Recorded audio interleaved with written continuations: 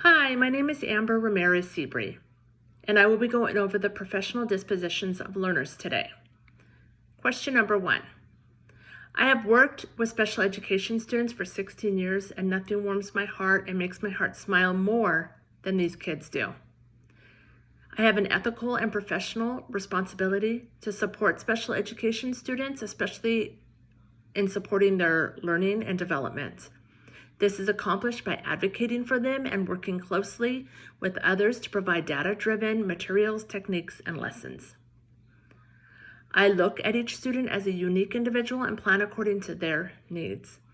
Focusing on students and meeting their needs for individual growth will advance the profession by being dedicated to the students, families, and the school.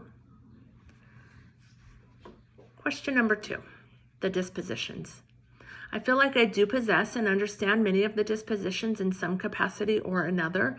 There are some that I still don't quite understand or I'm working on, and I can do a better job on them, but I recognize all of them as being important and essential to teaching. High expectations. I have always had high expectations for myself and for my students. I want them to believe in themselves and reach for their dreams. Having high expectations that are realistic will allow them to accomplish those goals and feel proud about these accomplishments. Knowing my students' abilities, dreams, and weaknesses will help me in understanding what expectations are realistic for them. Dedication. I have always been a dedicated and responsible person. I take my job seriously, and I understand that this is part of being a professional educator. I am dedicated to my education, my professional development, my students, my school, and my community. Respect for diversity of others. Having respect for others is huge in my life. My family is multicultural, and I work at a school that is 95% Hispanic. I love learning about the customs and culture of all the students that I teach. Fostering a class that embraces and shares our differences is very important to me. Fairness. I have always felt as though I am a fair person and I promote fairness in my class. I feel as though it goes beyond just our interactions though, and I understand it as important to be fair with assignments and assessments as well. Professional conduct. I work very hard to conduct myself with professionalism. So I take pride in it, and I am prepared for the day. I'll go in early if I need to. I'll role model it for my students and my community. I'll stay late if I need to finish up meetings and work. The biggest part of conducting myself as a professional is with communication. It doesn't hurt to be polite, smile, make eye contact, genuinely care and understand what they're saying. It makes me feel good, and I hope it makes others feel good as well. Compassion. I consider myself a compassionate person, and I feel as though it is part of being a professional.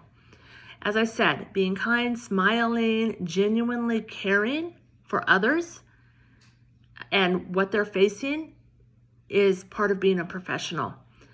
I care about what my students are facing, what they're struggling with, what they want to share for the day. That's part of my nature, and it's part of compassion. It also helps me to understand them better and understand where they're coming from. Advocacy. Being an advocate is something that I've always done even before I wanted to teach. I wanted to always stick up for and fight for the rights and needs of others, and I will make changes in the classroom if I need to. I will advocate for them, and I'll make these changes to benefit my students. Honesty. I am an honest person, and I expect others to always be honest too. I think that it goes along with conducting myself as a professional, and my honesty in the class will be modeled for the students at all times, and I will expect the same level of honesty from them. I will help them understand that honesty builds character and trust with others. Curiosity. I believe that curiosity is a disposition that I could become more familiar with and I could work on. I understand it and encourage it because I know that it can lead to creativity, problem solving, deeper thought, but I often do not slow down enough to use it myself. I can get stuck in the way that I understand things, and I don't take the time to learn something in a new way, a concept in a new way. I would definitely be working on curiosity. Reflection. Reflection goes along with curiosity. I can work on this disposition because I know that I need to slow down and reflect on the day or the situation. I can ask myself, how can I do better? And most importantly, I will have the students reflect on themselves as well. They can reflect on their assignments, their tests, their scores, their behavior, their effort.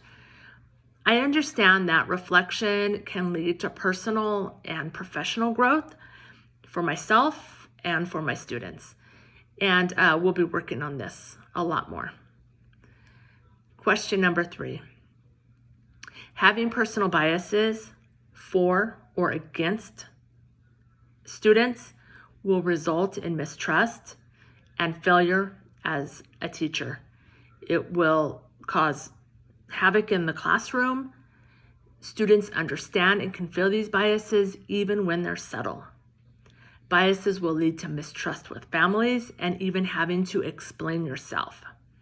Biases are not fair, and they go against the golden rule as stated in the Professional Dispositions of Learners document.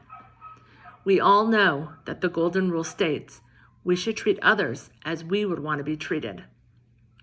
I completely understand that biases will ruin my relationship with my students and coworkers, and that it's not fair at all. That's all. Thank you so much for listening. Bye-bye.